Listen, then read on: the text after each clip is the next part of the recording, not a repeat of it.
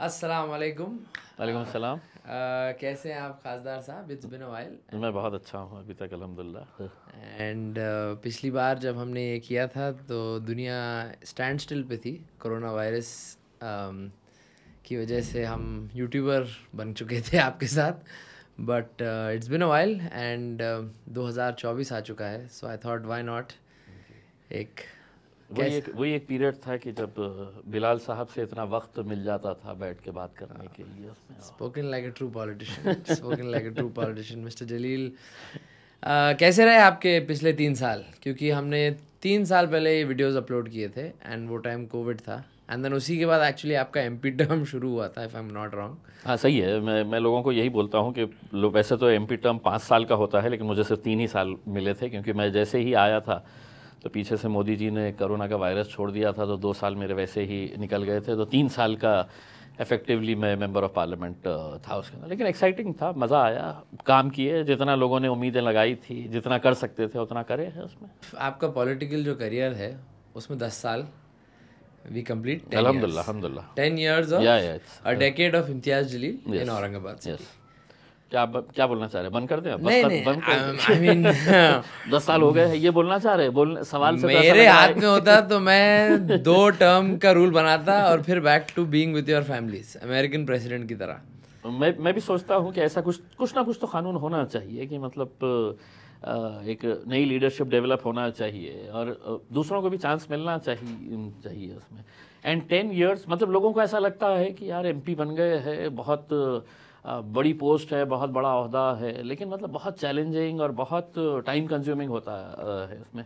तो बहुत टायरिंग भी होता है उसके अंदर। लेकिन अल्हम्दुलिल्लाह 10 साल निकले हैं, अच्छे से निकले हैं, ये बहुत बड़ी बात है, मैं समझता हूँ। बट टू समराइज, क्योंकि अब इलेक्शन आने वाला है, लोग खड़े होंगे और लोग पूछेंगे कि ओ इम्तियाज़ जलील 5 साल में आपने क्या किया, आपने कैसा किया, क्या किया।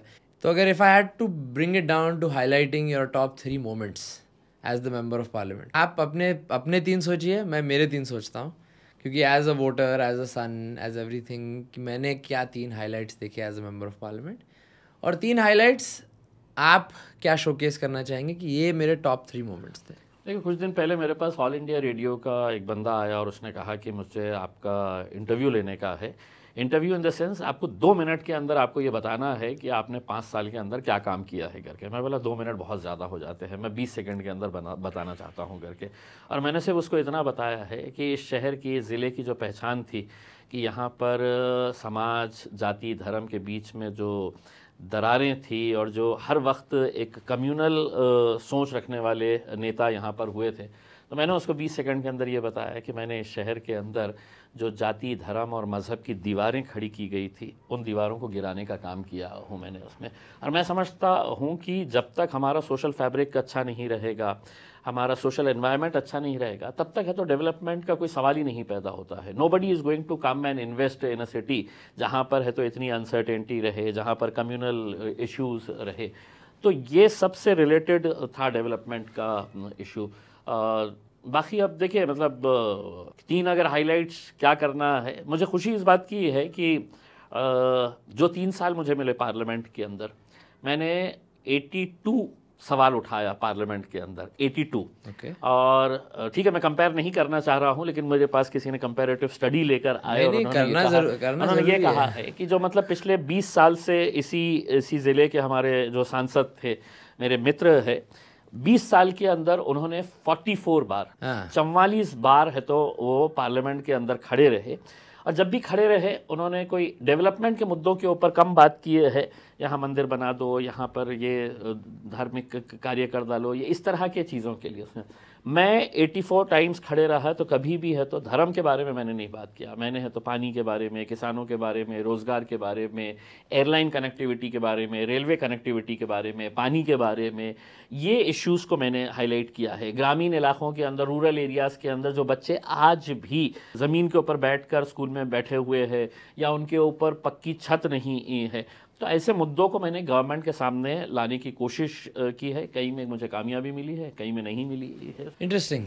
तो आपके जो टॉप 3 हाईलाइट मोमेंट्स थे, वन वाज कि आपने तो सोशल फैब्रिक को मेंटेन रखा, या जो बहुत ख़राब हो चुका था। दूसरा इज़ कि पार्लियामेंट में आपने एक शहर को एक पहचान दी जो पहले नहीं दी गई थी।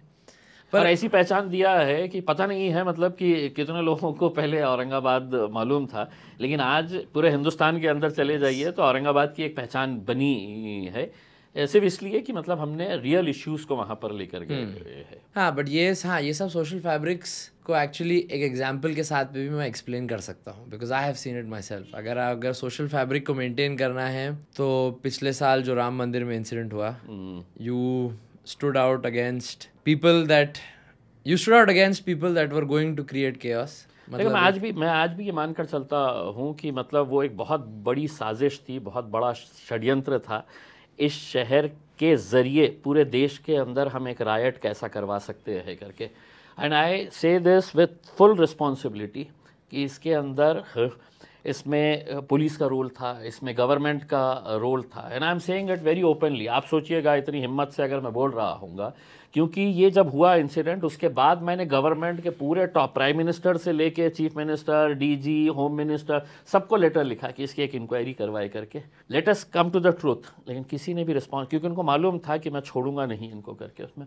तो आप सोचिएगा कि आप हमारे शहर के ज़रिए, भाई ठीक है इतना बड़ा त्यौहार है, हिंदू धर्म के लिए बहुत बड़ा त्यौहार है रामनवमी का, हम भी उसका आदर करते हैं, लेकिन उसकी आड़ के अंदर जो शहर को जलाने की कोशिश की गई थी, और मैं अकेले मैदान के अंदर जब उतरा था उसके बाद तो बहुत सारे आए उसके अंदर, क्यों गया था, मंदिर में जाके क्यों बैठा था, फिर क्या हुआ, तो ऐसे बोलने वाले हैं तो आपको हमेशा मिलने वाले हैं। उनको तो हम एंटरटेन करते भी नहीं बेस्ड ऑन, क्योंकि हमारे पास जो एविडेंस लेके जो हम बैठे हैं, it is painful and tragic.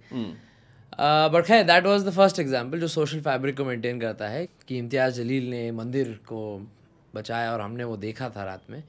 दूसरी चीज़ थी कि जो आपने औरंगाबाद शहर का नाम पार्लियामेंट में रेस किया था और एक कंपैरेटिव स्टडी के हिसाब से, पर मेरा एक सवाल ये है कि पिछले 4 साल से आपको आए दिन लोग फ़ोन करते हैं और बोलते हैं कि जो एक्स एमपी है उनकी गाड़ी पे आज भी स्टिकर लगा हुआ है एमपी का, वो आज भी एमपी वाली हरकतें करते हैं। इनफैक्ट पहले साल में तो कुर्सी के लिए बच्चों की तरह लड़ते थे, अभी भी करते हैं। हाँ, तो आप उनको ऐसा इतना इजीली क्यों, लाइटली इनको आप मतलब ठीक है, थोड़े ग्रैंडफादर लाइक उनके अंदर फिगर है। नहीं ठीक है, मतलब पॉलिटिकल अपने डिफरेंसेस होंगे उसमें, लेकिन मैं रिस्पेक्ट हमेशा से करते आया हुआ हूँ।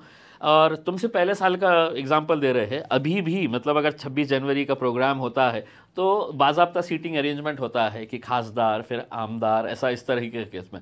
तो मेरे पहुंचने से पहले मेरे शहर का एक खासदार जाके मेरी कुर्सी के ऊपर बैठ जाता है। अब प्रोटोकॉल के हिसाब से अगर मैं चाहा तो वहाँ पे इशू क्रिएट कर सकता हूँ कि दैट इज़ माय प्लेस करके, लेकिन मैंने आज तक कभी भी नहीं किया। बल्कि स्टार्टिंग के अंदर तो ये हो गया था कि गवर्नमेंट की मीटिंग्स के अंदर जहाँ पर मेरा बोर्ड लगा हुआ है खासदार, और मैं जाके देख रहा हूँ कि यार मेरी कुर्सी के ऊपर तो बंदा बैठा हुआ है करके, तो मैं चाहता तो प्रोटोकॉल के हिसाब से वहाँ पे कलेक्टर को कह सकता था कि sir this is my place करके उसमें, लेकिन मैं छोटी छोटी बातों के ऊपर कभी भी ये नहीं किया। एक प्रोग्राम तो मेरे को अभी भी याद है, कुछ क्रीडाई का प्रोग्राम था, बिल्डर्स का प्रोग्राम था, और वहाँ पर मैं जाकर बैठा तो मेरे बाजू है तो इत्तेफाक से उनकी कुर्सी थी हमारे खैरे साहब की, तो वो थोड़ा सा लेट आए, और वो जैसे ही आए और उन्होंने देखा कि मेरी कुर्सी उसके बाजू है करके, तो उन्होंने बैठने के लिए तैयार नहीं हुए। तो मैं इतना एंजॉय कर रहा था कि यार मतलब एक जैसा पति पत्नी के बीच में जैसा ये रहता है यार, तो वो एकदम नाराज होकर ऐसा कि no I will not sit next to this person, तो वो जाके एक कुर्सी छोड़ कर वहाँ पे बैठे नहीं, उनके अंदर एक अर्ज है वो बट वो बेचारे 20 साल से थे, तो it's very tough to let go. मतलब ठीक है, आप एक रिस्पेक्ट करना चाहिए कि मतलब हमारे ज़िले के थे, कैसे भी थे, मतलब नहीं, उससे आपके कार्यकर्ता बहुत नाराज हुए कि खासदार साहब कुछ बोलते नहीं, कुछ करते नहीं। ठीक है ना, सबका अपना अपना देखने का तरीका है, नज़रिया है। मैं ये समझ के चलता हूँ कि चलिए यार मेरे से सीनियर लीडर है, 20 साल इस ज़िले की नुमाइंदगी की है, कैसी की है इज इमटेरियल। उसके अंदर लोग ये कहते हैं कि यार उन्होंने कुछ काम नहीं किया है करके उनके बारे में उंगली उठाते हैं। मैं समझता हूँ कि नहीं, चुन के किसने दिया है, जनता ही नहीं चुन के दिया है ना उसमें। अब 5 साल के बाद अगर मुझसे सवाल कर रहे हो तुम इम्तियाज़ जलील 5 साल तुमने क्या किए हैं करके, तो मैं तो लोगों को क्लियर बोलता हूँ, अगर मैंने काम नहीं किया है तो लोगों ने वोट नहीं देना चाहिए। ये राजनीति के अंदर ये रूल बनना चाहिए कि अगर किसी ने काम नहीं किया तो उसको वोट नहीं देना चाहिए उसके, और ये मेरे लिए भी लागू होना चाहिए। नहीं किया है तो लोगों ने नहीं देना चाहिए। मैट्रिक क्या है कि किसी ने काम किया काम नहीं किया उसको जज करने का? कुछ भी नहीं, लोगों को मतलब देखो सोशल मीडिया के दौर से अपन गुजर रहे हैं उसमें। पहले ये था कि पहले है तो अखबार में आ जाता था कि आपने ये काम किए नहीं किए है करके उसके अंदर। अब तो ये है कि आप बाहर निकल जाइए, आप क्या काम कर रहे हैं, कैसा काम कर रहे हैं, आप क्या पहने हुए हैं, क्या ओढ़ के गए हैं, ये हर चीज़ मतलब लोगों के पास है तो इंस्टेंट पहुंच जाती है। तो बहुत ज़्यादा लोगों को बताने की ज़रूरत नहीं है कि भाई आप क्या काम कर रहे हैं करके। Just to give an example, अगर उस रात अगर सोशल मीडिया के ज़रिए हमने इफ़ेक्टिवली अपना मैसेज कन्वे नहीं कराए होते तो शायद मेरे हिसाब से दूसरे इलाकों के अंदर कुछ मामला गड़बड़ा गया होता, लेकिन हमने इफेक्टिवली सोशल मीडिया का इस्तेमाल करते हुए लोगों के अंदर मैसेज पहुंचाया था कि नहीं ठीक है, इतने एरिया के अंदर सीमित है ये, उसके अंदर बाकी सब पीसफुल है करके। तो काम के ताल्लुक से क्या क्या हुआ है ये सब तो पर सोशल मीडिया के ताल्लुक से तो आप मराठवाड़ा के पहले एमपी हैं जो इंस्टाग्राम पे 1 मिलियन फॉलोअर के साथ हैं। जी, कली मेरा ख्याल है वो हुआ है, और मैं देख रहा हूँ कि जो चाहने वाले लोग हैं वो एक्चुअली में मतलब उसको सेलिब्रेट भी कर रहे हैं। और ऑनेस्टली मुझे नहीं ये था कि मतलब 1 मिलियन अचीव करना, लेकिन कल किसी ने मेरे पास लेके आया कि मराठवाड़ा नहीं, महाराष्ट्र के बड़े बड़े लीडर्स का डेटा लेके आया है, तो कोई 10 लाख, कोई है तो 1 लाख है, कोई 1.5 लाख है, कोई 20,000 है, कोई 30,000 है, उसमें काफ़ी बड़े बड़े लीडर्स भी हैं। और मेरा 1 मिलियन होना तो मुझे भी ऐसा लगा कि ओह समथिंग। नहीं, इसके लिए तो आपकी टीम को कंग्रेचुलेट करना बहुत ज़रूरी है। देयर इज़ वासे हो गया, अमर बिन हैदरा हो गए, अशफाक हो गए, ये 3 लोग बच्चे, हाँ यकीनन क्रेडिट उनको जाना चाहिए कि कुछ भी करते हैं तो उसको सोशल मीडिया के ऊपर डाल देते हैं।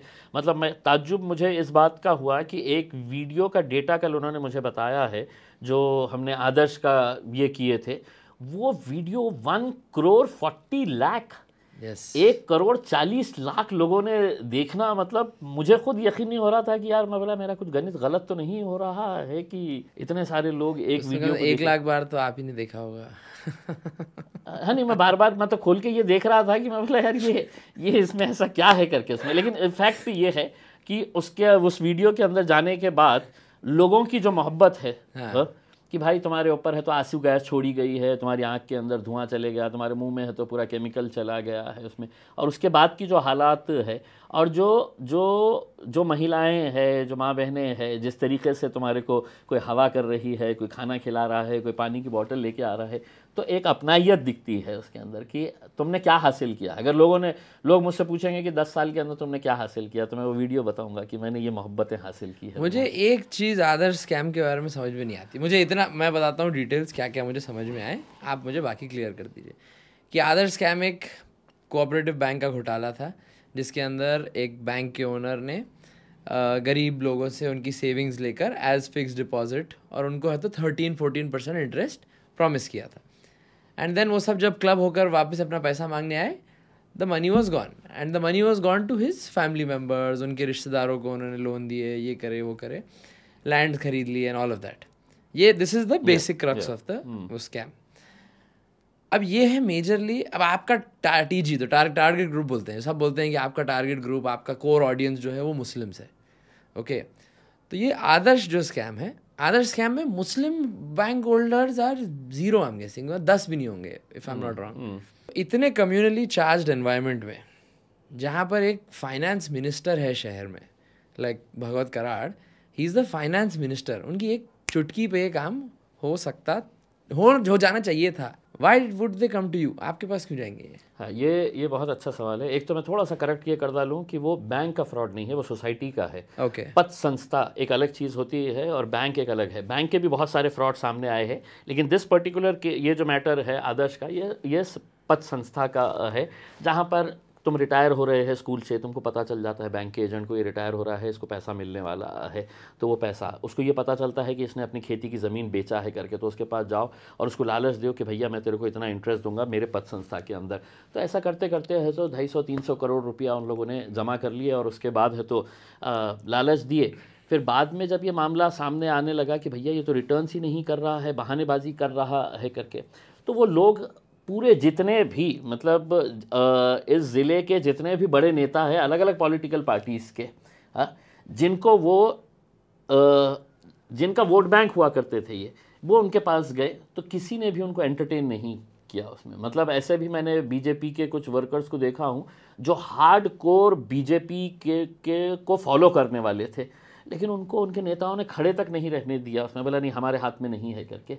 फिर प्रॉब्लम ये हुआ कि उन्होंने जब सबको आजमा लिए, सबके दर पे जा के बैठ के रिक्वेस्ट कर के किसी ने भी जब उनको एंटरटेन नहीं किया, तो फाइनली उनमें से किसी ने कहा कि ऐसे 4-5 लोगों को कि चला अपन एकदा है तो अपन खासदार के पास भी जाके देखेंगे करके उसमें। और वो जब आए, उसमें से एक बच्ची थी जो वहाँ पे उसी बैंक के अंदर काम करती थी और उसका भी पैसा फंसा हुआ था, उसने बहुत सारे डिपॉजिट, वो आई और जिस तरीके से मेरे पास रोना शुरू कर डाली उसने, तो मैं बोला यार ये हाँ बड़ा जेन्यून। वो लड़की जो है वो मुश्किल से है तो 19-20 साल की बच्ची होंगी।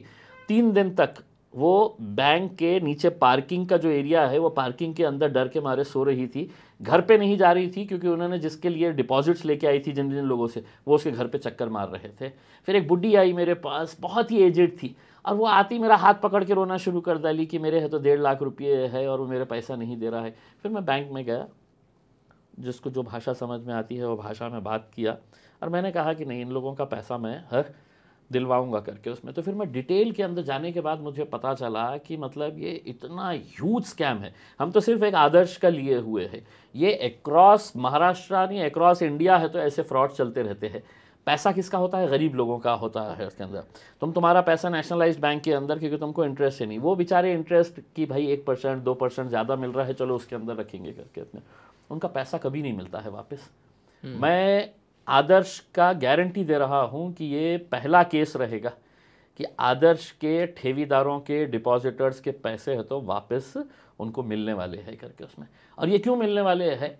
मैं सिर्फ एक खासदार इसके अंदर आया है और उसके ऊपर पूरा दबाव डाला गया है कि क्या करने का है, तुम्हारे कोई खरीब के होंगे तो बोलो हम उनका सेटलमेंट। बोला नहीं, पूरे 62,000 जो ठेवीदार है डिपॉजिटर्स है उनका पैसा एक एक का पैसा वापस होना चाहिए करके उसमें।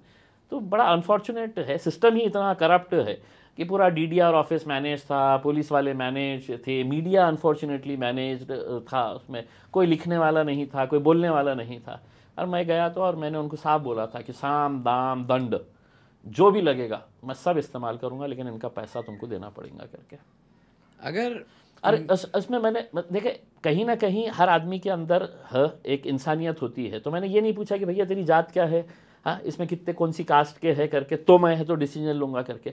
ये बेसिकली हमारे अंदर एक इनबिल्ट ये है, हमारे कल्चर का एक हिस्सा है कि रास्ते के अंदर तुम जा रहे हैं और सामने किसी का एक्सीडेंट हो गया है तो तुम जाके है तो फ़ौरन अपनी गाड़ी रुकाते हैं, उसको उठाते हैं, उसको उठा के है तो हॉस्पिटल भेजाते हैं। उससे ये पूछते हैं कि भैया जल्दी से बता मेरे को तू कौन सी जात का है करके, तेरा धर्म क्या है, हाँ तो कौन से उसका है, तभी मैं मदद करूँगा, ऐसा नहीं है उसका।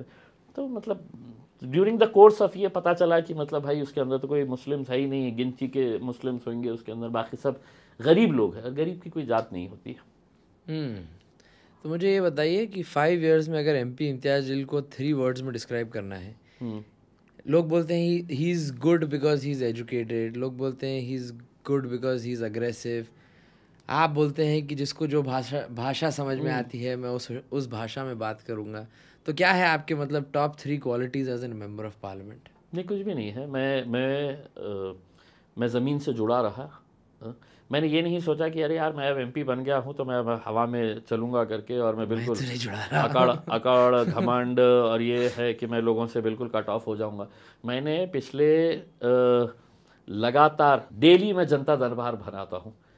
तो इनिशियली लोग आते नहीं थे, सोचते थे कि अरे यार MM का खासदार है, अपना काम करेंगे क्या, अपने को सुनेंगे क्या करके। आज मेरे ऑफिस के ऊपर आके कभी देखिएगा, दोपहर में 3 बजे बैठता हूँ मैं, तो कितने सारे लोगों को ये रियलाइजेशन हुआ कि यार ये ज़बरदस्ती हमको डराया करते थे कि MM खासदार आल्यानंतर ऐसा हो जाएगा, मुसलमान चुन के आ गया तो ऐसा हो जाएगा करके। उसमें इलेक्शन के वक्त में ये सब चलता है, इलेक्शन होने के बाद आप सबके खासदार रहते हैं, you are a member of parliament of the constituency, और उस कॉन्स्टिट्यूएंसी के अंदर कौन लोग आते हैं ये इज़ इमटेरियल उसके अंदर।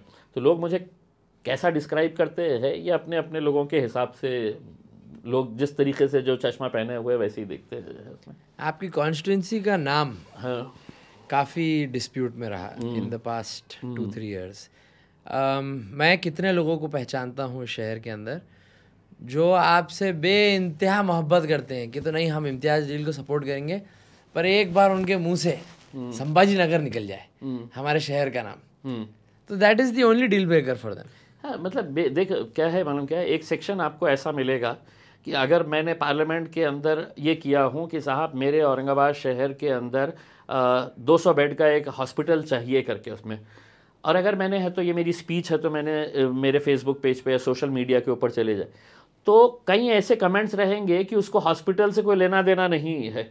200 बेड का हॉस्पिटल आ रहा है, 400 बेड का हॉस्पिटल, उसको चिंता इसी बात की है कि तूने वहाँ पे है तो औरंगाबाद कैसा बोला, हाँ तूने वहाँ पे संभाजी नगर क्यों नहीं बोला है करके उसमें है। ठीक है, मेरी एक पहचान है, मैं शहर के अंदर पैदा हुआ हूँ उसमें, तो है मतलब देयर कुड बी डिस्प्यूट कि मतलब नहीं आपको ज़बरदस्ती बोलना पड़ेगा करके उसमें। ठीक है, मैटर कोर्ट के अंदर है, अब कोर्ट का क्या फैसला आता है उसमें ये देखना नहीं। तो अब मेरा कैलकुलेशन ही, बहुत सारे लोगों का कैलकुलेशन ये है, मेरा मानना ये है कि ये अपकमिंग इलेक्शन में आपने एक नए वोटर बेस को अट्रैक्ट किया है। एक बहुत एजुकेटेड, एक अच्छा जो जात धर्म के आगे सोचता है, और ये ग्रामीण एरिया के अंदर भी है। मैं ग्रामीण एरिया के अंदर भी बहुत सारे फार्मर्स और शेतकरियों को पहचानता हूँ जो ये कहते हैं की तो नाही ते चांगला माणूस आहे, त्यांची व्हिडिओ मी बघितले ये। पर what is your call to them कि भाई वो एक ऑल इंडिया मजलिस इत्तेहादुल मुस्लिमीन के एमपी को वो वोट क्यों दें? क्योंकि ये आपके फर्स्ट टाइम न्यू वोटर्स हैं। ओल्ड वोटर्स तो आपके हैं ही, आपका एक स्ट्रॉन्ग बेस है जिनको आप अभी भी अपील करते हैं, पर अभी आपको एक नए वोटर बेस आपने अट्रैक्ट किया है।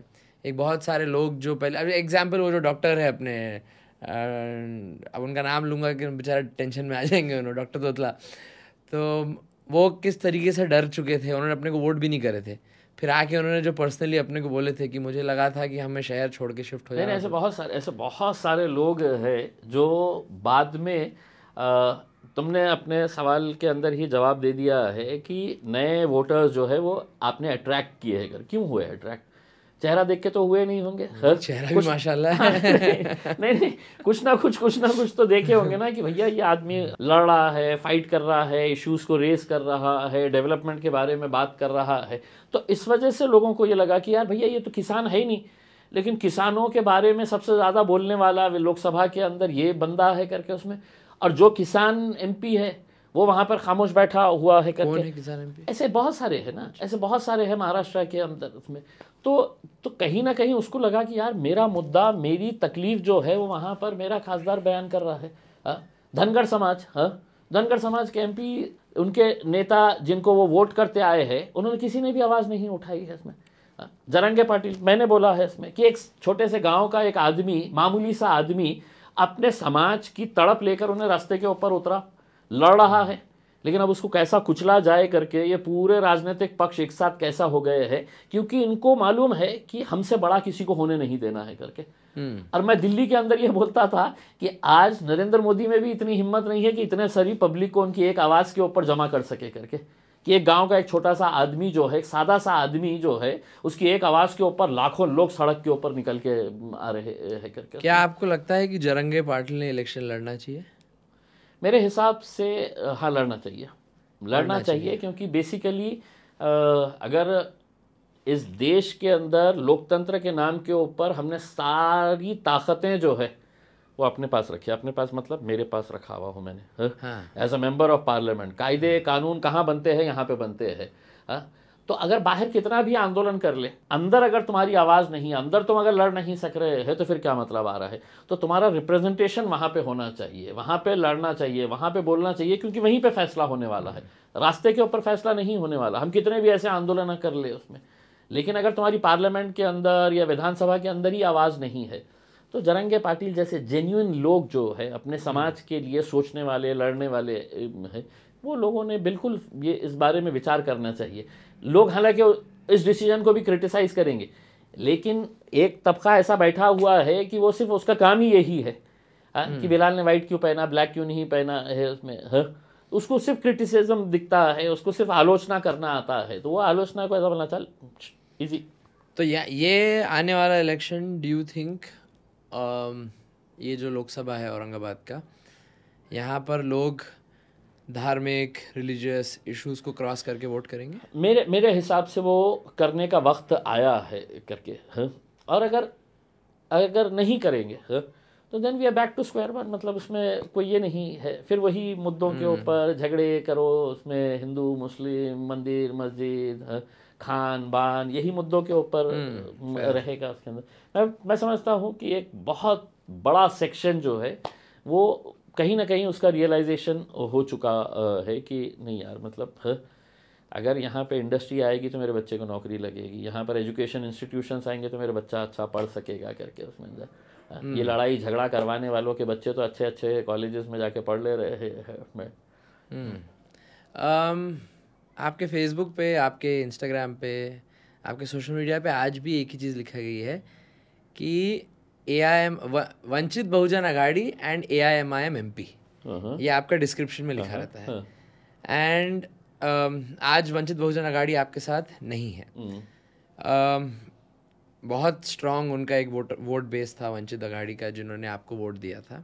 आने वाले इलेक्शन में आप वंचित जो समाज है, जो वंचित अघाड़ी का जो एक बेस है, उनको आप क्या मैसेज देना चाहेंगे पिछले 5 साल के अंदर कि उनके वोट का जो आपने कैसे आपने अदा किया उनका वोट? देखिए एक फैक्ट है कि 2019 के अंदर जब ये अलायंस बना था तो मेरे हिसाब से एक नई उमंग, एक नई चेतना, एक नई ताकत लोगों को नज़र आने लगी थी। उसमें बड़े बड़े राजनीतिक पक्ष जो है वो घबराए हुए थे इस अलायंस की वजह से, जहाँ पर 2 स्टॉलवर्ड्स राजनीति के असदुद्दीन अवैसी और प्रकाश अंबेडकर साहब एक साथ मिलकर आए थे। अनफॉर्चुनेटली ये आगे कंटिन्यू नहीं हो पाया और उसके लिए बहुत सारे रीज़न्स है, उसके अंदर मैं जाना नहीं चाहूँगा उसमें। लेकिन हाँ ठीक है, मेरे बारे में जो एक ये है कि पर्सनल मेरे से ही अगर नाराज़गी है तो उसमें कुछ हमारे ही लोगों का हाथ है कि जिन्होंने जाके उनके कान में भरे कि नहीं साहब ये इम्तियाज़ जलील। जबकि मैं ये कहता हूँ कि मेरे पास इतना बड़ा पावर नहीं है, मेरे पास डिसीजन मेकिंग पावर नहीं है।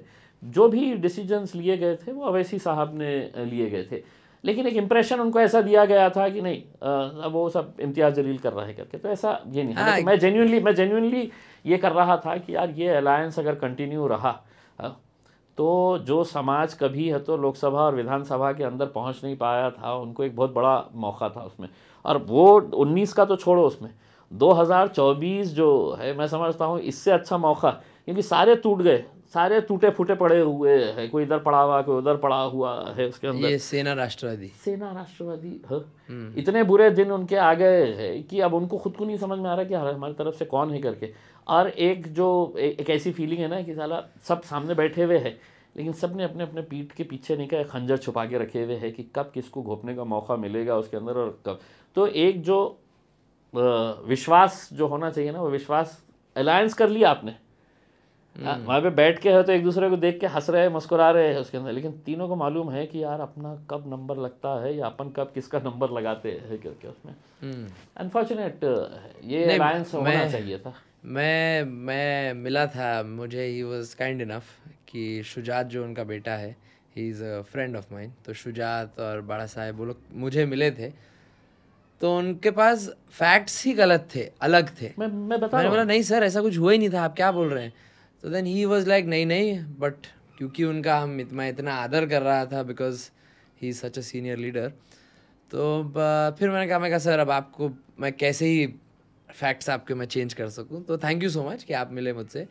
बट राजनीति के अंदर आपको ऐसे बहुत सारे लोग मिलेंगे जो आपके कान भरने के लिए आते हैं। मुझे मेरे पास कम है क्या उसमें, रोज़ आते हैं मेरे कान में फूकने के लिए, लेकिन मैं ऐसा इतना यहाँ से सुनता हूँ और यहाँ से जो सही है मेरे दिमाग के अंदर जितना चलता है उतना एक्सेप्ट करता हूँ। इस वजह से 10 साल चला। तो हमारे शहर के, हमारे ज़िले के जो वंचित समाज के जो वोटर्स थे जिन्होंने आपके लिए वन साइड वोटिंग की थी, उनको आपका एक क्या पैगाम रहेगा? नहीं, मेरा पैगाम क्या है, मैं तो हमेशा हर भाषण के अंदर ये कहता हूँ, अगर ये समाज नहीं रहता तो मैं दिल्ली तक इनकी आवाज़ बन के पहुँचा ही नहीं होता उसके अंदर। ये समाज ने जिस तरीके से मेहनत की थी मेरे लिए, एक ताकत बनकर खड़े रहे थे, और आज मैं समझता हूँ कि ठीक है एक ह्यूज मेजॉरिटी है जो मुझे ये भी लिखते हैं कि सर मेरा वोट बेकार नहीं गया है करके, मैंने तुमको वोट किया था करके उसमें।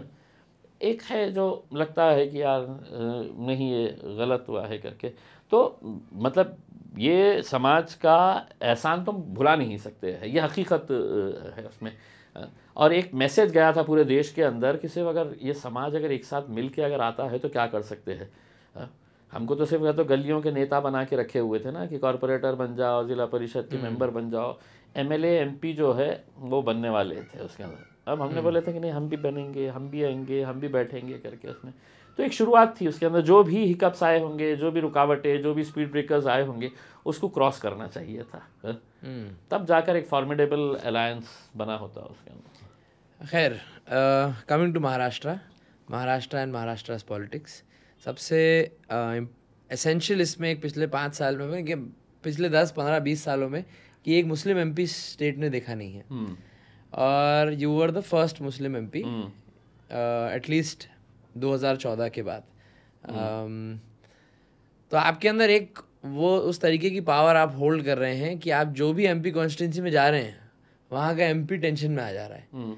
तो यू हैड ये नवनीत राणा के साथ आप उसके पास जाके वहाँ पे वो टेंशन में आ गई। ये एमपी ऐसे टेंशन ये चिल्लर लोग हैं, ये मतलब बहुत ही मतलब थर्ड क्लास मेंटालिटी के लोग हैं। इनको मतलब क्या है कि राजनीति के अंदर ठीक है आप किसी के साथ जुड़े रहिए, लेकिन इतने तलवे मत चाटिएगा उसमें। अब ये महिला भाजपा के इतने तलवे चाट रही थी और ये समझ रही थी कि मुझे भाजपा का समर्थन है तो मैं किसी को भी कहीं पर भी खड़े रह के गाली दे दूंगी और वो सुन लेगा करके उसमें। तो तू गलत लोगों से पंगा अगर लेंगी, बाकी दूसरों को तुम डरा सकते हैं, धमका सकते हैं, तुमको जो बोलना है उसके अंदर। नहीं, हम तो शेर को सवा शेर है उसके अंदर। तुम अगली बार सोचेंगे उसके अंदर कि नहीं रे सबके बारे में बोल सकते, ये दोनों के बारे में बोलना अपने लिए अपने पैर पे कुल्हाड़ी मारने के जैसा है करके। नहीं, मैं इनकी स्पेसिफिकली बात नहीं कर रहा हूँ।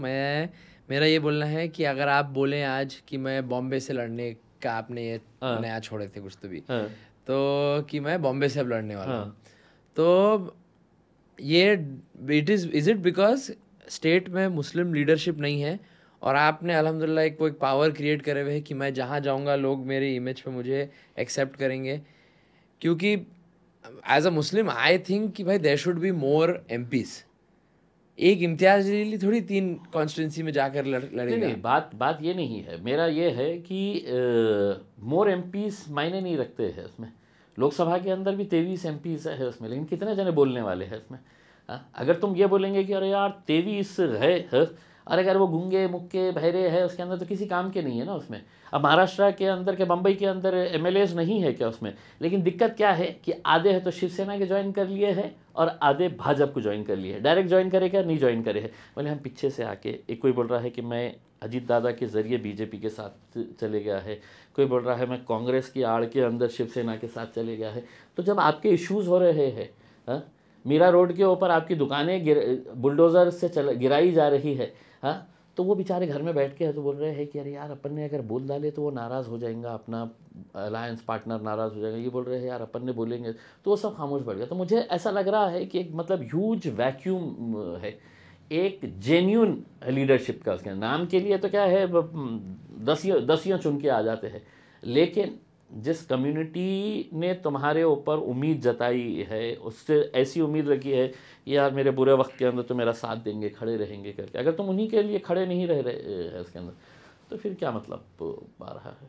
फिर पर आप बॉम्बे जा रहे हैं कि क्या? मेरी तो जेन्युइनली ख्वाहिश थी कि मैं एक ऑनेस्टली अगर देखा जाए तो तुमको सब मालूम है उसमें कि मुझे ख़तरों से खेलने का शौक़ है करके उसमें, कि जब 2014 के अंदर एमएलए लड़ने का था तो लोग बोलते थे यार तुम कैसा पूना में रहते हैं, पूना से औरंगाबाद आएंगे और बोलेंगे कि 28 दिन बचे हुए और बोलेंगे इलेक्शन लड़ लो करके। मैं बोला लड़ेंगे यार, देखेंगे क्या होगा, हारेंगे जीतेंगे, तीसरा और कोई ऑप्शन नहीं है। लड़े, जीत लिए। फिर 2019 के अंदर सारी दुनिया कहती थी अरे यार ये आदमी निकल गया है क्या, ये आदमी के अंदर अलग बेवकूफ़ी की बातें कर रहा है, एक मरतबा लोगों ने चुना के क्या ला लिया एमएलए, अब बोलता है एमपी बनेगा करके उसमें। तो बड़े बड़े दिग्गजा है ना अपना दिमाग लड़ा के मेरे को बोलते थे अरे इम्तियाज़ भाई ये क्या कर रहे हैं यार, ऐसा एमपी बनना इतना आसान बात है क्या? एक साहब ने तो बोले देखिए हमने इतने सालों से सियासत की है, आप हमसे तो कम से कम राय मशवरा ले लेते थे उसमें, हाँ क्या करेंगे आप, 1-1.5 लाख वोट ले लेंगे आप उसमें करके। अरे मैं बोला साहब आप कूद चुके हैं, आप तालाब में डुबकी मार चुके हैं, अब या तो पूरा डूब जाएंगे या हाथ पैर मार के है तो किनारे की तरफ चले जाएंगे। तो हाथ पैर मारे और किनारे के ऊपर पहुंच गए है करके उसमें।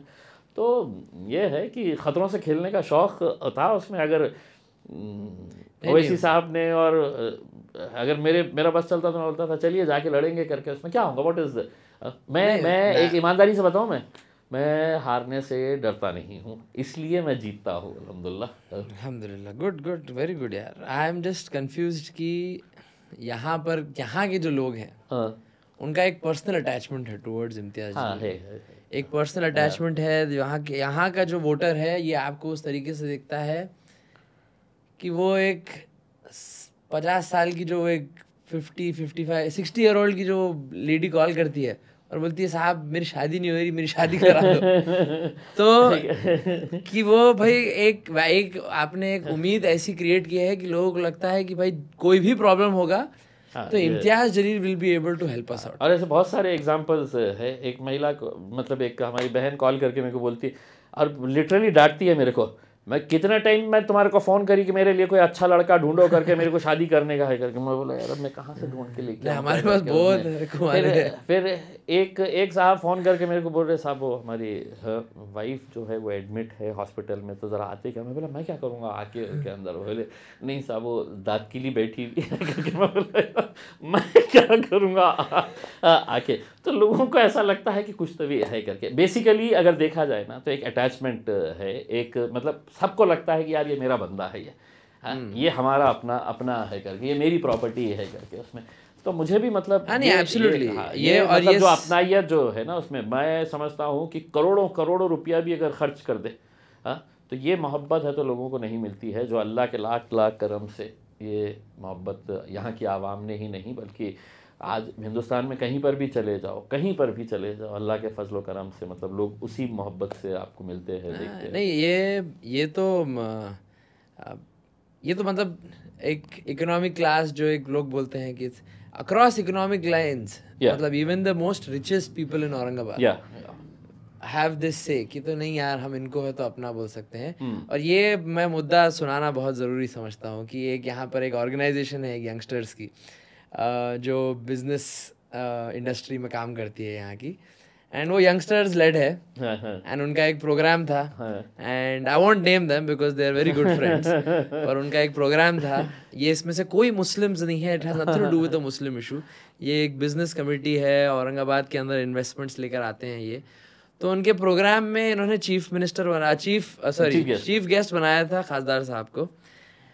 And I think 12 hours before the programme उनको एक भाजपा के नेता का फोन आता है और भाजपा का नेता उनको बोलता है कि इसको मत बुलाओ, इसको कैसे तुमने बुलाया एंड ऑल दैट। हालांकि इसमें कोई हिंदू मुस्लिम कुछ भी नहीं, it's just a purely business purely industrial this thing, जहाँ पर उनको भी पता है कि उनके शहर के issues will be 10 times better presented by him. But 12 hours ago इनको बहुत बड़े बीजेपी के नेता उनका फोन आता है और वो बोलते हैं कि तो इसको मत लेकर आओ। And then in that those kids those boys they were like नहीं यार, instead of fighting this buffoon of a minister from BJP we should go and speak to Imtiyaz भाई because he will understand. And that's what they did. मतलब as a son, as a voter, I was pissed. I was like ये कौन है यार, ये क्या है ये। But they came at night and they came and they asked you कि sir we are in a situation like this, ये इनका फोन आया। वैसा नहीं था। मैं अगर बताऊँ ना तो आप बताइए ना, आप बताइए। मुझे मतलब वो एक रात पहले है तो मतलब वो इनवाइट कर दिए मुझे कि कल सुबह है तो ये होटल के अंदर ये है करके और बहुत बड़े ये लोग आ रहे हैं करके and you be the guest for the validity function करके। तो मैंने एक्सेप्ट कर लिया, मैं बोला ठीक है करके। उसमें उसके 3-4 घंटे के बाद है तो मुझे उनके एक पदाधिकारी का फ़ोन आता है और बोलता है कि इम्तियाज़ भाई थोड़ा सा अर्जेंट मिलना है करके। उसमें मैं बोला क्यों भाई, खैरियत? और ये रात का वक्त है, मतलब काफ़ी लेट नाइट है। तो बोले नहीं थोड़ा सा एक इशू है करके, इसलिए आपको अर्जेंट मिलना है करके। तो मैं बोला आ जाओ, लेकिन मुझे मालूम है कि क्या इशू हो गया होगा करके उसमें। तो बोले नहीं क्या हुआ क्या? मैं बोला मैं बताऊँ आपको क्या हुआ होगा करके। मैं बोला जैसे ही पता चला होगा कि इम्तियाज़ जलील वैलिडिटी फंक्शन के लिए चीफ गेस्ट आ रहा है करके तो तुम्हारे को दबाव आया होगा कि भैया इसको मत बुलाओ करके, और तुमने अरे बोले इम्तियाज़ भाई इसीलिए तो हम आपको मानते हैं लेकिन एक 5 मिनट दे करके। और वो आए और मैंने उनको क्लियर बोला उसके आई डोंट माइंड करके, मतलब मुझे कोई फ़र्क नहीं पड़ता है, मतलब this was not a political ये है करके।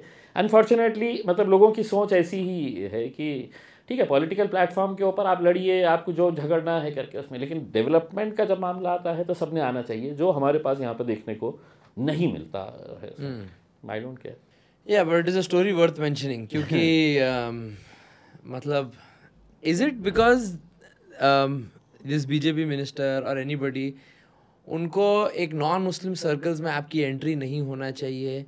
इज़ इट बिकॉज एक इनसिक्योरिटी है कि भाई क्योंकि आप एक ट्रेडिशनल मुस्लिम लीडर की तरह तो है नहीं। ट्रेडिशनल मुस्लिम लीडर कौन है भाई कि भाई वो नहीं मैं इसको नहीं कहा, एक मतलब ऐसा धर्म के या मज़हब के एंगल से नहीं देख रहा हूँ कि वो मुस्लिम ये है करके। बेसिकली आई स्पीक ट्रुथ, मतलब मैं सच्चाई बयान करता हूँ। अगर वो कहेंगे कि साहब हमारे राज्य के अंदर है तो हमने है तो इतने सारे गरीबों बेघरों को है तो हमने घर दिए है करके, और मैं खड़े रह के बोलूँगा उसके अंदर कि साहब मेरी कॉन्स्टिट्यूंसी के अंदर 65,000 लोग हैं तो पिछले 7 सालों से इंतज़ार कर रहे हैं, एक घर भी नहीं दिया गया है करके, तो तकलीफ़ उन्हें यही रहती है कि अरे यार ये आदमी सच बोल के हमारी पूरी पोल खोल डालेगा करके उसके अंदर। तो और मैं कोई गलत नहीं बोल रहा हूँ, मैं ये नहीं बोल रहा हूँ, मैं उनको ये बोलूँगा कि भैया आप जब सत्ता के बाहर रहते हैं तो हंडा मोर्चा निकालते हैं, यहाँ पे 9 वारी साड़ी पहन के आपके भाजपा के कार्यकर्ता है डांस करते हैं, फुकट के हंडे उनको बांटे जाते हैं पानी के लिए, और सत्ता में आने के बाद है तो आप भूल जाते हैं ये सब चीज़ें कि हमको पानी अभी भी नहीं मिल रहा है करके उसमें। तो ये चीज़ें जो सच्चाई है ये इनको हजम नहीं होती है, तो इसको बोलते हैं कि यार इसको दूरी रखो करके, ये बहुत सच बोलता है करके। वो तो मतलब it has no religious line just because I don't think so उसमें। और ठीक है, मतलब उनके सोच में ये हो सकता है कि अरे यार MIM का है तो इसको तो सिर्फ मुसलमानों ने ही, लेकिन हकीकत तुम भी जानते हैं अच्छी तरीके से कि n number of educated non Muslims, नहीं even uneducated, education has nothing to do with it. मैं बहुत सारे लोगों को जानता हूँ जो मतलब गरीब तबके से आते हैं, पढ़े लिखे नहीं हैं, बट देयर लाइक नहीं यार उम्मीद की किरण तो यही है। तो ठीक, कहीं ना कहीं से उन्हें डर लगता होगा कि भैया इसको कहाँ और अपन प्लेटफॉर्म दे रहे हैं करके। खैर वो उस इंसिडेंट से आते हैं हमारे पास पिछले 3 years में it was the most golden opportunity to bring the world to Aurangabad. और क्या थी वो? We had multiple ministers, union finance minister and all that. ये आपसे 10x ज़्यादा पावर रखने वाली पोस्ट थी, एक MP से 10x ज़्यादा, state ministers more than 10x कि भाई ये देश का बजट इनके हाथ में है, ये औरंगाबाद शहर को तो पुश कर ही सकते थे। तो starting from Bhagwat Karad, the most powerful leader, then coming to Ambadas Danve, opposition leader, and then Rao Saheb Danve, railway minister. Do you think कि कुछ हुआ? और कुछ नहीं हुआ तो क्यों नहीं हुआ? नहीं मतलब एक्सपेक्टेशन, ये एक फैक्ट है कि इतना गोल्डन पीरियड शायद ही औरंगाबाद में पहले कभी आया होगा या आगे आएगा करके, जहाँ पर एक ज़िले के 6 मिनिस्टर्स, जिसमें से 2 है तो सेंट्रल गवर्नमेंट के मिनिस्टर्स और 4 जो है वो स्टेट गवर्नमेंट के मिनिस्टर इम्पॉर्टेंट पोर्टफोलियोज हैंडल कर रहे हैं। तो एक शहर को पूरा बदलने का और मतलब इसको एक आइडल सिटी बनाने का एक मौका था उसमें। लेकिन अनफॉर्चुनेटली ये कहना पड़ेगा उसके अंदर कि शहर से ज़्यादा अपना घर कैसा चलाया जा सकता है, अपना घर कैसा भरा जा सकता है करके इसी के अंदर लगे रहे उसके अंदर। वरना मैं अगर आज ये पूछूंगा कि औरंगाबाद से क्या वजह है कि हमने लखनऊ को, हमने केरला को, साउथ को हमने ट्रेन कनेक्टिविटी नहीं दे सके। You have a railway minister.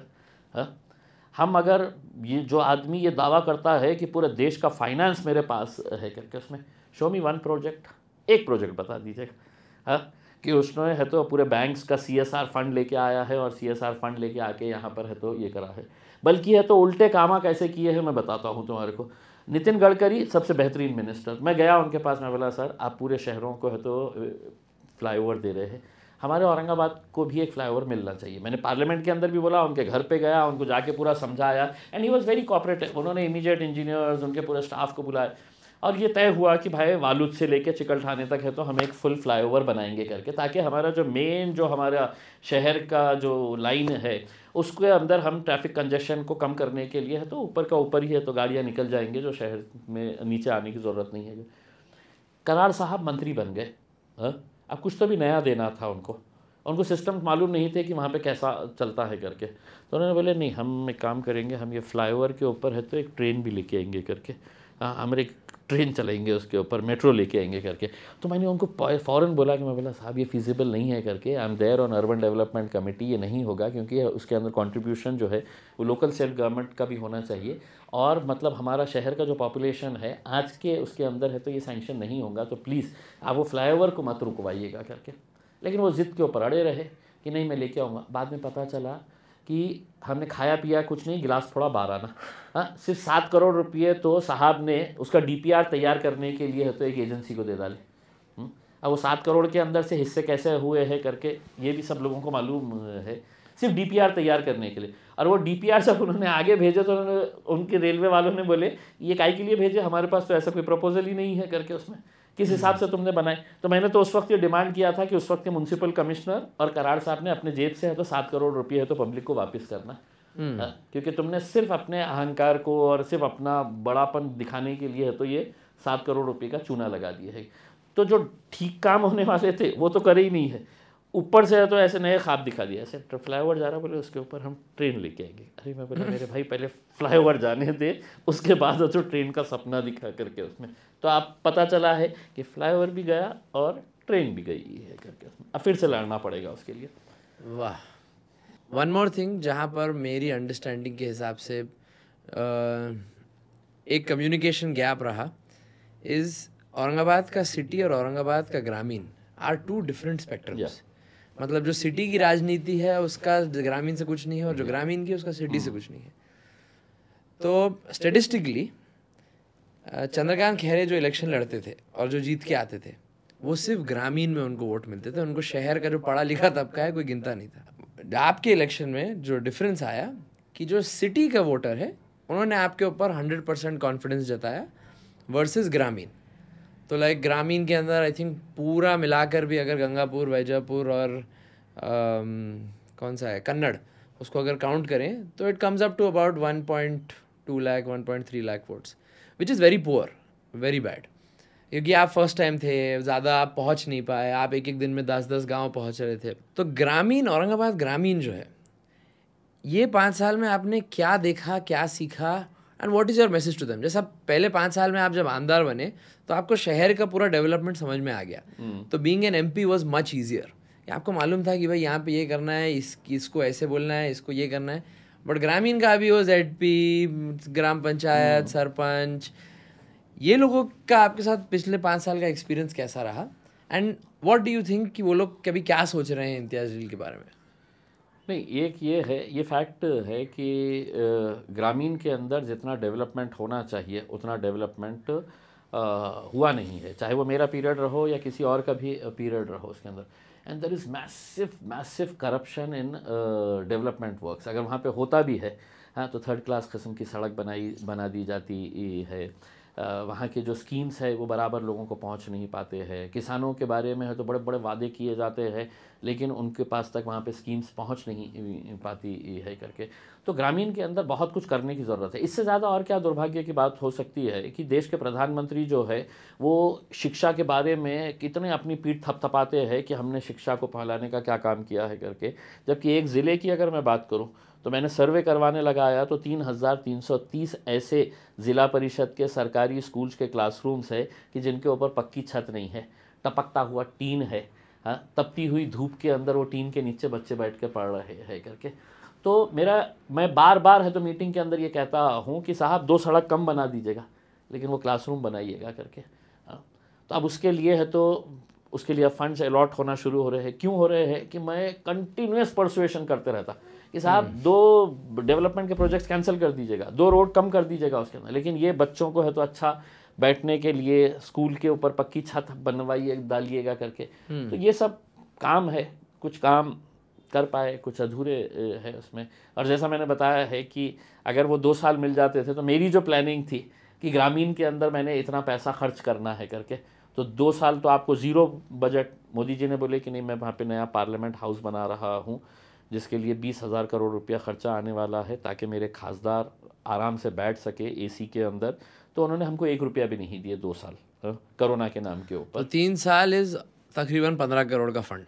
15 crore का फंड। अब आप सोच लीजिएगा कि 15 करोड़ के अंदर है तो आपने कन्नड़, गंगापुर, वैजापुर, सोएगांव, खुल्लाबाद, औरंगाबाद के तीनों कॉन्स्टिट्यूंसीज 15 करोड़ के अंदर क्या होता। और दूसरा जो फंड है स्टेट गवर्नमेंट से भी मिल सकता है, लेकिन कोई भी स्टेट गवर्नमेंट का मंत्री मुझे देने के लिए तैयार नहीं, क्योंकि यहाँ के नेता उनके ऊपर दबाव डालते थे कि साहब याला नकुदिया, इसको पैसे देंगे तो ये काम करेगा, और ये काम करेगा तो फिर लोग हैं तो इसका साथ देंगे करके। उसमें तो बड़ी रुकावटें मेरे ताल्लुक से लेके आए हैं करके, लेकिन जितना ला सकता था खींचतान के लेके आया, जितना कर सकता था करा। तो औरंगाबाद और सिटी और रूरल में क्या क्या डिफरेंसेस आपको नज़र आते हैं, जो यहाँ का जो ग्रामीण के वोटर है वर्सेस द सिटी वोटर? नहीं, ग्रामीण के वोटर ये है कि एक मर्तबा वो आपको पसंद कर लिया है तो फिर तुम दुनिया की ताकत लगा दो उसके ऊपर, तुम उसको पैसे से ख़रीदने की कोशिश करो, तुम उसको क्या क्या लोभ दे सकते हैं लुभाने की कोशिश करो, वो आपको बहुत ही मतलब भोला भाला सीधा सादा ग्रामीण का वोटर होता है उसमें। अगर आप उसके लिए कुछ काम कर पाए, मतलब मैं देखता हूँ मेरे पास जो ग्रामीण के लोग जो आते हैं उसमें, उनको मतलब उनको उनके दिमागों में ऐसी बात डाली गई है कि भैया ये, जैसे मेरे पास एक गांव के है तो 3 जीप भर के लोग आए और पूरा रूम भर गया मेरा, सब एजेड लोग थे, गांव के पटेल लोग, कोई बोलने को तैयार ही नहीं कि क्यों आए हैं करके उसमें। तो मुझे समझ गया कि इनके अंदर कुछ ना कुछ तो भी दिक्कत है करके। तो एक दूसरे को बोल रहे तू बोलना, तो बोलते नहीं तुम ही सांगा ना करके। तो मैं समझ गया कि यार ये कुछ तो भी मेरे से कुछ ऐसी चीज़ बोलना चाह रहे हैं जो उनके लिए अनकम्फर्टेबल। मैं बोला काका काय है, मेरे से अगर हो सकेगा तो मैं करूँगा। तो उनको बोलना ये था कि साहब हमारे गाँव के अंदर एक राम मंदिर बन रही है तो उसके लिए हमको सभागृह बनाने का है करके। तो उनको ऐसा लग रहा था कि यार ये एमआईएम का खासदार है, हम इसके पास जाके हो तो बोलेंगे क्या। तो मैंने कहा कि काका याच्यामध्ये काय आहे की हे माझा पैसा थोड़ी आहे, तुमचा पैसा आहे करके उसमें। और मैंने उनको 10 दिन के अंदर उसका सैंक्शन भी करवा के दे दिया है, 11वें दिन से उनका काम भी शुरू करवा दिया है, वो सभागृह बन गया। तो एक दिन मैं गांव से गुजर रहा था तो पूरे के पूरे रोड के ऊपर खड़े हो गए थे आके कि साहब तुमचा सत्कार करायचा है करके। तो मतलब उनको ऐसा लगा कि यार हमको तो ये बताया गया था कि यार ये तो मुसलमान है, ये तो एमआईएम का है, ये हमारा काम करेगा कि नहीं, भगवान राम का मंदिर के अंदर सभागृह चाहिए उनको। तो मैं बोला कि मेरा पैसा थोड़ी है, ये तुम्हारा पैसा है, मैं तुम्हारे ऊपर खर्च कर रहा हूँ करके। तो आज कहीं ना कहीं उनके अंदर एक अटैचमेंट आया कि नहीं यार ये आदमी जेन्युइन सबके लिए है करके। वेरी सरप्राइजिंग, मुझे ये पता नहीं था, क्योंकि आपकी सोशल मीडिया टीम इतनी स्ट्रांग है कि आपके ग्रामीण के काम दिख के आते ही नहीं, नज़र ही नहीं आते, which is actually a weak point. हाँ, कि आपके जो ग्रामीण के अगर 15 करोड़ में से आई एम अज्यूमिंग 5-7 करोड़ अगर आपने है तो ग्रामीण में दिए हैं, तो वो 5-7 करोड़ का काम how do I get to see it, like you know, मेरे को वो ठीक है, सारी दुनिया को नहीं पता होगा, लेकिन उन गांव के लोगों को ये मालूम है कि ये है करके। अभी कुछ दिन पहले कोई एक शेजूर नाम का हमारा आदर्श का एक बंदा है, उसने अपने गांव के लिए एक सभागृह के लिए मुझसे ये कहा, तो मैंने सभागृह उसका सैंक्शन किया। और जब मैं गांव के अंदर गया तो लोगों ने घोड़ा वोड़ा निकाल के रखे थे, बोले नहीं साहब आपको घोड़े के ऊपर चलना है करके। तो घोड़े के ऊपर बिठा के वो गांव के अंदर लेके गए। और जब उनका भाषण हो रहा था तो उनके सरपंच ने बोला कि हमको इतना ये अभिमान है ये खासदार के ऊपर कि इस गाँव के अंदर एक भी मुसलमान का घर नहीं है। बोले हमारा एक कार्यकर्ता गया, बोले साहब को बोला कि हमको ये चाहिए करके, हनुमान मंदिर का ये बनाना है, और उन्होंने सैंक्शन कर दिया बोले, और आ गए है करके। तब मुझे ये पता चला कि अच्छा गांव के अंदर एक भी मुसलमान नहीं है। तो मैं बोला यार हर चीज़ को तुम है तो ये एंगल से क्यों देख रहे हैं करके। तो आज वो पूरा का पूरा गांव जो है मुझे देखने का उनका नज़रिया जो है मेरी तरफ देखने का वो टोटली बदल गया है। तो है मतलब ठीक है, दुनिया को नहीं पता होगा कि हमने क्या काम किया है, लेकिन कम से कम उस गाँव के लोगों को तो ये पता है कि भैया ये बंदे ने ये काम किया है करके। अब वो उनकी जिम्मेदारी है कि वो 4 लोगों को बोले, बताए कि भैया लोगों के बहकावे में मत आओ कि ये खासदार ऐसा है। एक coming towards the end, thank you. Aurangabad ज़िले के मुस्लिम्स जो हैं, जो आपके main core followers and voters रहे हैं, and I think they are fairly very proud of you in terms of आपके पिछले 5 साल रहे, उनके लिए पिछले 5 साल आपको कैसा लगता है, कैसे गए? Like what does a Muslim think today? आज का माहौल इस देश का इतना इस्लामोफोबिक होता जा रहा है, बीजेपी 400 सीट की तरफ जीतने की कोशिश कर रही है, और उन 400 सीट में से मेरे हिसाब से वो एक भी मुस्लिम को टिकट देने नहीं वाले हैं और ना ही जिता कर लाने वाले हैं। तो जब आपको मालूम है कि आपकी किटी सिर्फ ऑपोजिशन में ही रहने वाली है, आपके लीडर सिर्फ ऑपोजिशन में ही रहने वाले हैं, तो what would you say to the Muslims of Aurangabad versus to the Muslims of India? कि आज का माहौल ऐसा है कि is there a need of new leadership? क्या आपको एक्सेप्ट कर लेना चाहिए कि this is the new India, आप अब इसी मोदी के राज में रहने वाले हैं? नहीं, ठीक है ना, ठीक है, मतलब देखिए, मतलब वो ख्वाब देख रहे हैं और वो किस हद तक वहाँ तक पहुँच पाते हैं। मैं तो ये सोच रहा हूँ कि मोदी जी ने बहुत छोटा सा ख्वाब देखा है। उन्होंने 543 का ख्वाब देखना चाहिए था कि मैं है तो अब इस बार है तो 500, और फिर मतलब पार्लियामेंट ये वो को लॉक लगा देना चाहिए था। मोदी जी अपने घर के ऊपर अमित शाह के साथ बैठना चाहिए था, बोलना था ये कायदा हम दोनों ने मिलकर आज के दिन पास कर लिए, दोनों तालियां बजाना था, उसके अंदर अपोजिशन का रोल ही नहीं रखना चाहिए था।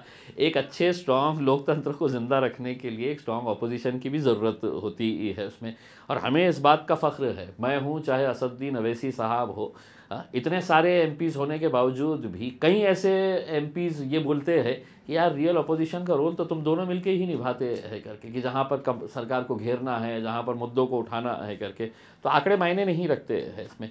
तो मेरा यही कहना है, अगर इस देश के अंदर हम 2 की जगह अगर हम एक 5 एमपीज़ 6 एमपीज़ अगर वहाँ पर पहुँच जाते हैं, तो we could be the voice of the Muslim community, जो अनफॉर्चुनेटली आज कोई भी पॉलिटिकल पार्टी आपको टच करना नहीं चाहता, आपके बारे में बोलना नहीं चाहता। उनको ये डर होता है कि मैंने अपनी ज़बान से मुसलमान निकाला कि हिंदू लोग मेरे पास से भाग के निकल के चले जाएंगे। So nobody wants to even come closer to that subject of Muslims. तो कोई भी आपके बारे में बोलेगा नहीं उसके अंदर। तो कहीं ना कहीं तो मैं ये चाहूँगा कि भाई आपकी ये स्ट्रेंथ बढ़नी चाहिए ताकि आपकी आवाज़ वहाँ पर बुलंद हो सके, आप लड़ सके, because times are going to be difficult. मतलब ये आप भी मान कर चलते हैं और देश का मुसलमान भी ये समझ रहा है कि आने वाला वक्त बहुत मुश्किल जाने वाला है करके, कि जिस तरीके से आपको स्पेसिफिकली टारगेट किया जा रहा है, उसमें अलग अलग नए नए कानून लाकर है तो सिर्फ आपको निशाने के ऊपर रखा जा रहा है, आपको एजुकेशन से दूर रखा जा रहा है ताकि आप है तो पंचर की दुकान के ऊपर ही बैठे रहे, आप ऑटो रिक्शा ही चलाए है करके।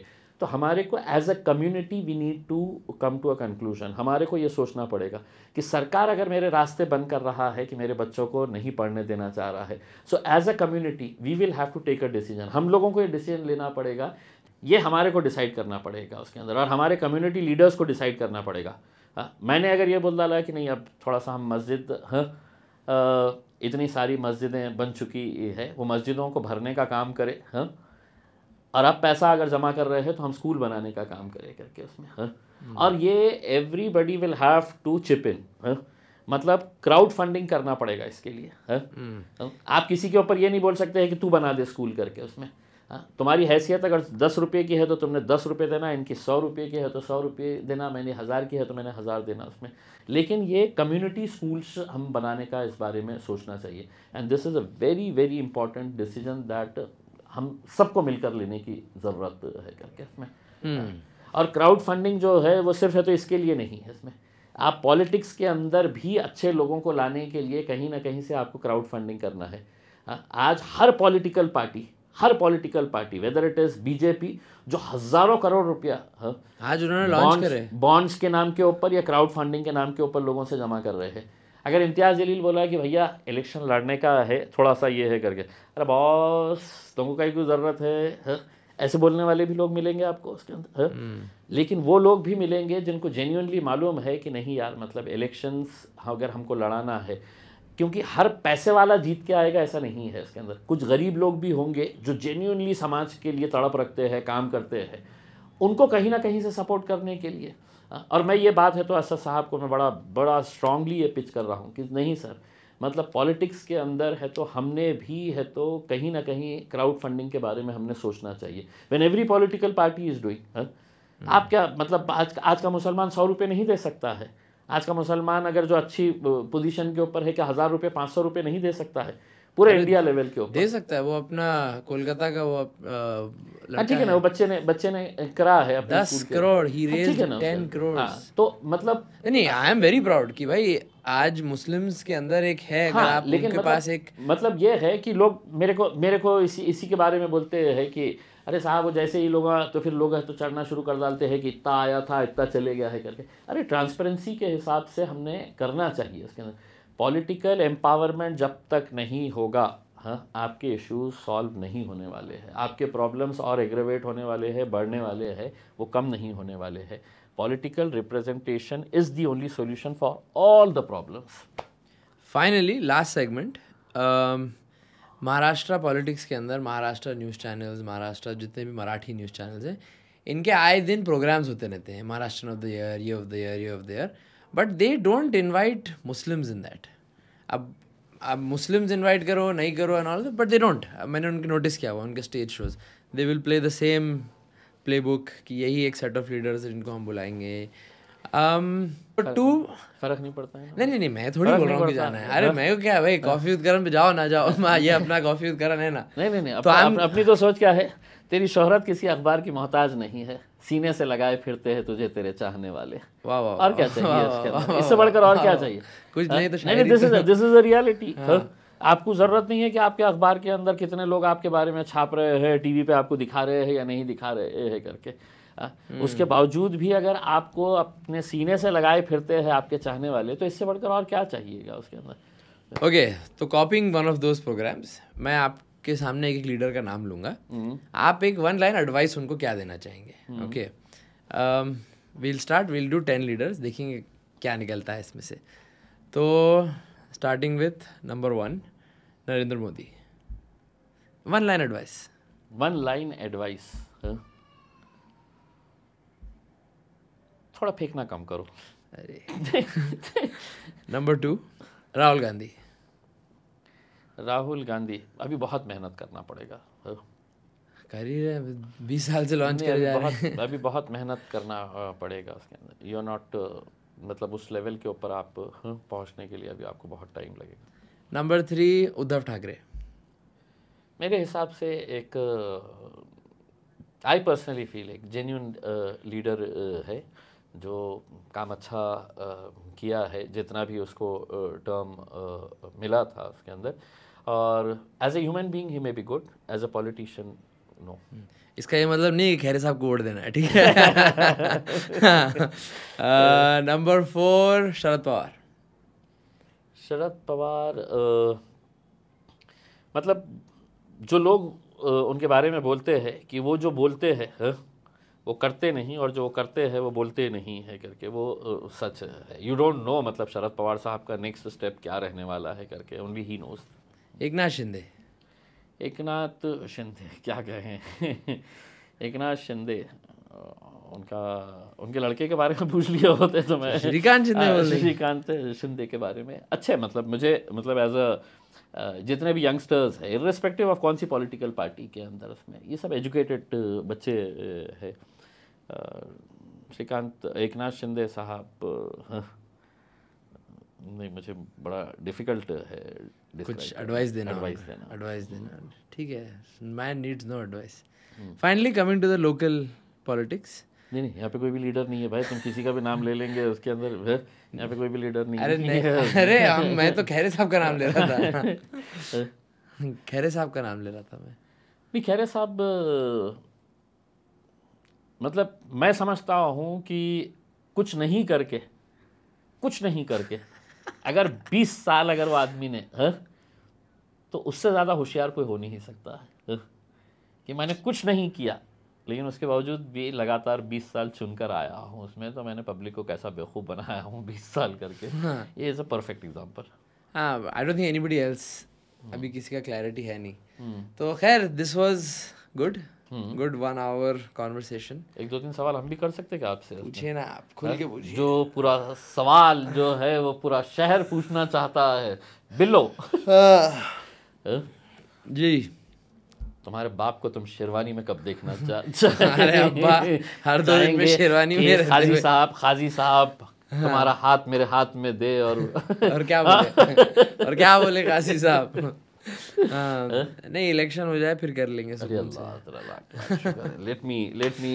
Let you thank your stars. नहीं, मेरे घर वालों को ये मैसेज दे दूं मैं उसमें कि इलेक्शन है, तो मैं मोदी जी से रिक्वेस्ट करना चाहूँगा कि मोदी जी जल्द से जल्द है तो इलेक्शन करवाए करके। इलेक्शन में क्या होगा देखा जाएगा, उसके अंदर बच्चा शादी कर लेगा जल्दी से। हाँ, यस। और कोई सवाल आपका शादी के बगैर? हाँ, नहीं, आप बेंगलोर में चले गए हैं, थोड़ा सा आपके भी चाहने वाले लोग हैं यहाँ पर। Oh yes, good, very good question. आपके भी चाहने वाले लोग हैं, अब आप बेंगलोर में जाके जॉब कर रहे हैं, इसका मतलब ये नहीं है कि आप इस शहर से बिल्कुल कट ऑफ हो जाना चाहिए, क्योंकि मैं तो ये समझता हूँ कि कई ऐसे मैंने नौजवानों को देखा हूँ जो इम्तियाज़ जलील से ज़्यादा बिलाल जलील से मोहब्बत करते हैं उसमें, तो टच में रहिएगा, ऐसा भाग मत जाइएगा उसमें। नहीं, यहाँ पे मैं रहा, और अगर मैं यहाँ पे 2 दिन भी अगर घूमने लग जाऊँ तो आपके अतराफ वाले बहुत इनसिक्योर हो जाते हैं कि ये देखो लेगेसी बिल्डिंग हो रही है और इनका बेटा भी अब इलेक्शन लड़ेगा। ठीक है ना उसमें, मतलब लेकिन ये है कि अगर तुम दुनिया वालों के हिसाब से अगर चलना शुरू कर डाले तो बड़ी दिक्कत हो जाती है उसके अंदर। तो जो आपको क्रिटिसाइज़ करने वाले, जो आपके बारे में बैक बाइटिंग करने वाले हैं, पीछे बोलने वाले हैं, वो हमेशा एक तबका रहने वाला है, उनको नज़रअंदाज करते हुए आगे चलना। मेरा 10 साल का सीक्रेट यही है इसके अंदर, अरे चल रहे यूँ करते हुए मैंने आगे 10 साल। तो वुड यू रेकमेंड कि तो क्या I can also try politics one day?